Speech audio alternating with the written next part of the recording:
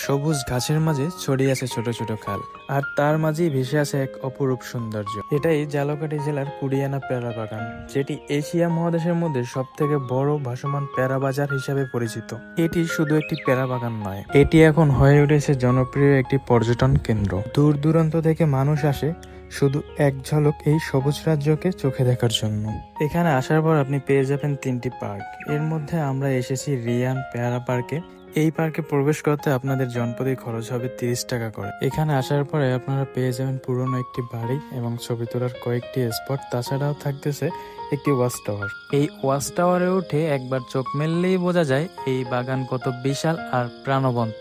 একদিকে সবুজ গাছের সারি, অন্যদিকে পানির মাঝখানে দুলছে ছোট ছোট নৌকা। এ যেন এক অপরূপ দৃশ্য।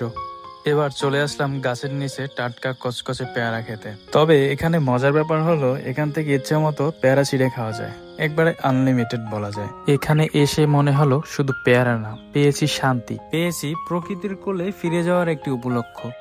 এই বাগান শুধু দেখার নয়, এটি মন দিয়ে উপভোগ করার মতো একটি জায়গা।